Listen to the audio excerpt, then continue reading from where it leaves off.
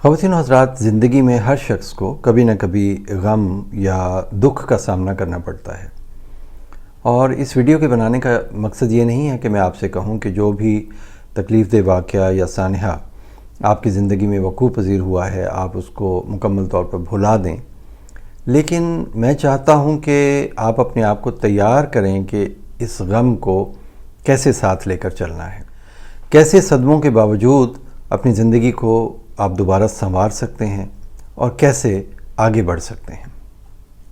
تو پہلے دیکھتے ہیں کہ غم کیا ہے۔ غم دراصل کسی نقصان، جدائی یا زندگی میں کسی اہم تبدیلی پر ہونے والا ہمارا ایک قدرتی رد عمل ہے۔ نفسیات کے مطابق غم کے کئی مرحلے ہوتے ہیں۔ سب سے پہلے تو ہم ڈینائل فیز میں آتے ہیں کہ نہیں، ایسا کیسے ہو سکتا ہے۔ ہمارا ذہن اس حقیقت کو شروع میں قبول ہی نہیں کرتا اور انکار کر دیتا ہے اس چیز کو تسلیم کرنے سے، تو اسے ڈینائل کی فیز یا انکار کا مرحلہ کہتے ہیں۔ اس کے کچھ عرصہ بعد ہم غم کے دوسرے مرحلے میں داخل ہو جاتے ہیں جس میں ہمیں شدید غصہ آتا ہے۔ غصہ ہمیشہ ڈینائل یعنی انکار کی فیز کے بعد آتا ہے۔ ہم یہ سوچتے ہیں کہ ایسا ہمارے ساتھ ہی کیوں ہوا۔ ہم وہ باتیں سوچتے ہیں کہ جن کی وجہ سے ہم اس صدمے کا شکار ہوئے۔ پھر ہم ایک تیسری فیز بارگیننگ کی فیز میں، یعنی اپنے جذبات اور سوچوں کے درمیان ہم سودے بازی شروع کر دیتے ہیں۔ ہم اس فیز میں داخل ہو جاتے ہیں کہ ہاں، اگر ایسا ہوا تو اس کے پیچھے یہ وجہ ہو سکتی تھی، لیکن اگر وہ ایسا نہ کرتا تو یہ نہ ہوتا، وغیرہ وغیرہ۔ اس کے بعد جناب آتی ہے اگلی فیز ڈپریشن کی۔ ہم اپنے آپ کو اداس اور تنہا محسوس کرتے ہیں، ہمارا موڈ لو رہنے لگتا ہے، نیند اور کھانے پینے کے مسائل پیدا ہوتے ہیں اور ہم خود کو جذباتی طور پہ بالکل خالی محسوس کرتے ہیں۔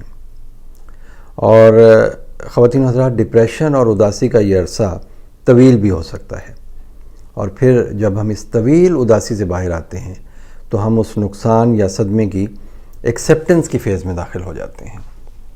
ہم اس غم کو قبول کر لیتے ہیں اور پھر یہ غم ہماری زندگی کا ایک حصہ بن کر یا ایک یاد بن کر ہمارے ساتھ ساتھ چلتا ہے۔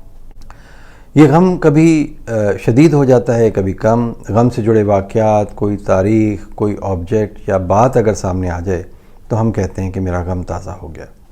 ہم میں سے ہر شخص ان تمام مراحل کو اپنے اپنے طریقے سے گزارتا ہے۔ تو یہ تو ہو گئے غم کے مرحلے۔ اب میں آپ کو بتاتا ہوں کہ غم کو بھلانا مشکل کیوں ہے، آخر کیوں غم ہمارے ساتھ ساتھ چلتا ہے۔ اصل میں ہمارے جذبات سے جڑے واقعات ہمارے ذہن میں زیادہ دیر تک زندہ رہتے ہیں۔ جب ہم اس واقعے کو بار بار سوچتے ہیں تو غم ایسے ہی محسوس ہوتا ہے جیسے کل کی بات تھی۔ لیکن ایک بات یاد رکھیے کہ اگر ہمیں کسی واقعے پر پچھتاوا یا افسوس ہو اور ہم ہر وقت اسی سوچ میں ڈوبے رہیں کہ یہ کیسے ہو گیا، تو ہمارے لیے آگے بڑھنا بہت مشکل ہو سکتا ہے۔ تو غم سے باہر نکلنے کے لیے سب سے پہلے تو اپنے جذبات کو قبول کریں، آپ اپنے جذبات کو پہچانیں۔ یہ جو غم ہوتا ہے، غصہ یا الجھن، یہ سب فطری باتیں ہیں۔ ان کی شدت کو کم کرنے کے لیے ہمیں چاہیے کہ کسی سے بات کریں، اپنے جذبات اپنے کسی دوست کو، خاندان کے کسی فرد کو یا سائیکالوجسٹ کو یا اپنے معالج کو بتائیں۔ بات کرنے سے دل کا بوجھ ہلکا ہوتا ہے۔ یا پھر ایسے لوگوں کو تلاش کریں جو آپ جیسے صدمے سے گزر رہے ہوں، کیونکہ لوگوں سے بات کرنا جو آپ جیسا صدمہ رکھتے ہوں، جن کا غم آپ جیسا ہو، یہ بعض اوقات بڑا ہیلپ فل ثابت ہوتا ہے۔ اپنے ذہن کو پرسکون رکھنے کی ایکسرسائزز کریں، اپنے حال میں جینے کی کوشش کریں کہ جو آپ کا حال ہے اس وقت، اس میں جئیں۔ جو گزر گیا وہ گزر گیا، اب جو باقی ہے اس کے بارے میں سوچیں کہ اسے کیسے سنبھالنا ہے۔ ان رشتوں اور ان چیزوں پر توجہ دیں جنہیں آپ نے ہمیشہ اگنور کر رکھا تھا۔ ہو سکتا ہے آپ نے اپنے آپ کو بھی اگنور کر رکھا ہو، تو آپ اپنی ظاہری صورت، خوراک، لباس اور خوشیوں پر توجہ دیں۔ روزانہ ان تمام نعمتوں کو کاغذ پہ لکھیں جن کے لیے آپ کا شکر گزار ہونا بنتا ہے۔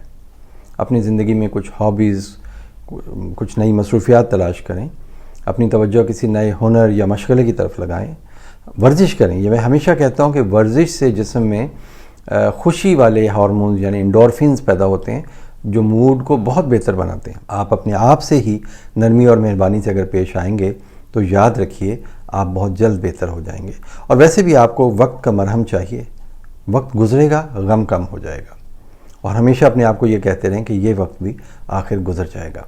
غم کو آپ ایک نئے زاویے سے بھی دیکھنے کی کوشش کریں اور دیکھیں کہ آپ نے اس سے کیا سبق حاصل کیا ہے، کیونکہ ہر تجربے میں کچھ نہ کچھ سیکھنے کو ملتا ہے۔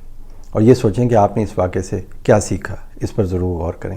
سوچیں کہ اس واقعے نے آپ کو کس طرح مضبوط یا ایک بہتر انسان بنایا۔